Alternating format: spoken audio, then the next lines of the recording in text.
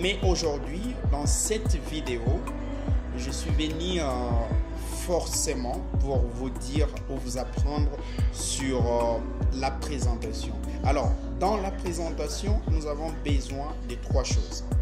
La première des choses dans la présentation, c'est premièrement votre nom, qui est the name, les noms. Donc, you need to talk to someone your name. What is your name? What is your name? What is your name? Après les noms, vous êtes obligé de dire à la personne d'où venez-vous. Donc, lorsqu'en anglais, on pose la question where do you come from? Where do you come from?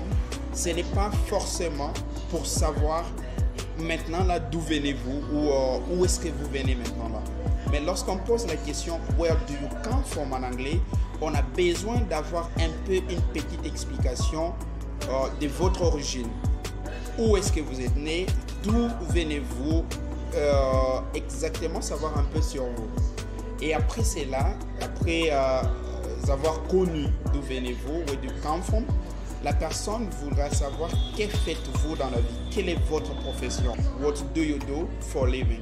Donc la personne vous posera par exemple, where do you come from? I come from DRC Congo. I come from Democratic Republic of the Congo, but I live in Lubumbashi, for example.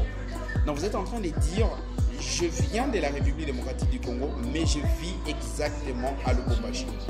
Et là, la personne voudra savoir, what do you do for living? Quelle est votre profession? Que faites-vous dans la vie?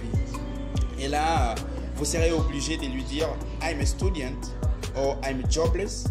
Comment on pose la question en anglais? Quel est votre nom? Comment on vous appelle? Là, en anglais, vous dites, what is your name? What is your name? How can I call you? Quel est votre nom? Comment je peux vous appeler?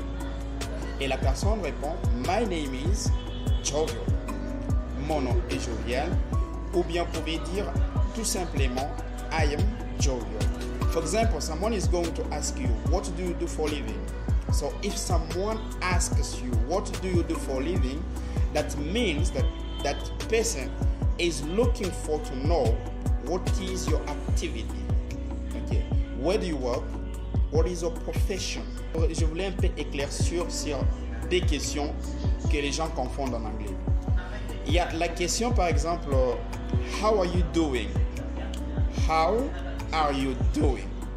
Qui veut dire comment ça va? Comment vous allez? Comment tu vas? Et certaines personnes confondent cette question how are you doing avec what are you doing? C'est quoi la différence? Lorsqu'on pose la question qui commence avec how, en français ça signifie comment. Donc c'est sous-entendu que la personne est en train de vouloir savoir comment vous allez. How are you doing? N'est-ce pas? Mais si la personne commence sa question par what are you doing, c'est différent. Il y a how qui veut dire comment et il y a what qui veut dire quel ou quoi. What are you doing? Qu'est-ce que vous êtes en train de faire? How are you doing?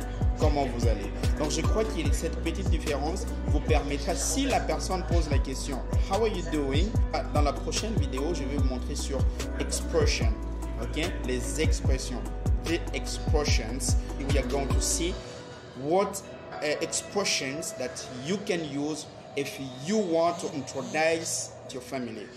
Mais la présentation, en anglais, là, on dit introduction. Introduction. Ça s'écrit pratiquement comme en français, introduction. Mais vous allez lire introduction. L'anglais british, ils disent I want to go. I want to go. Mais les Américains, ils ont l'air argot, par exemple, pour dire I want to go. Les Américains disent I wanna go. I wanna go. N'est-ce pas? Donc, qui veut dire toujours je vais partir. Mais lorsque vous dites I wanna, vous n'êtes pas obligé de mettre tout pour dire I wanna to go. Non, ça ne se dit pas en anglais. It's a mistake. C'est une erreur. Donc, une fois que vous dites I wanna, vous dites carrément I wanna go, I wanna eat, I wanna dance, I wanna play. Donc, vous n'ajoutez pas tout.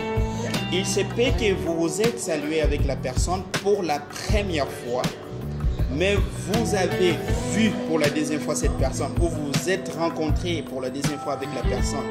Quelle est l'expression que vous allez utiliser à cette personne-là? Vous pouvez dire « Long time no see you. Where have you been? Long time no see you. Where have you been? » Donc, ça fait longtemps que je vous ai vu. Où étiez-vous passé?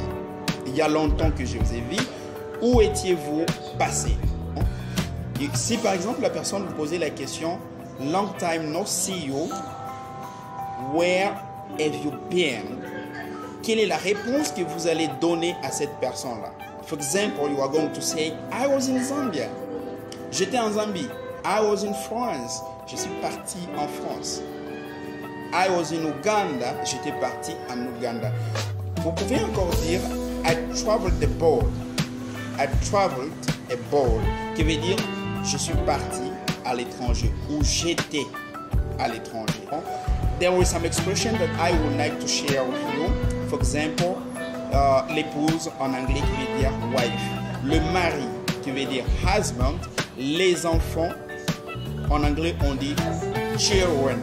Pourquoi on dit children? Ça s'écrit, vous allez dire genre children, mais on lit children parce que les D ne se prononcent pas en anglais. Vous n'allez pas dire children, non, vous dites juste children. Vous essayez d'avaler les D. The children, qui veut dire les enfants. Si c'est un enfant, a child. A child. Ok? Children, child. Les enfants, un enfant. Il y a les portefeuilles. Comment on dit portefeuille en anglais? The wallet. Ça peut être la somme d'argent. Vous dites amount. Amount. L'argent, money. L'avenir, avenue. Tourner, time. Les bâtiments, building, dans le matin, in the morning, le matin, in the morning. I saw you in the morning, je vous ai vu le matin. I saw you in the afternoon, je vous ai vu dans les après-midi.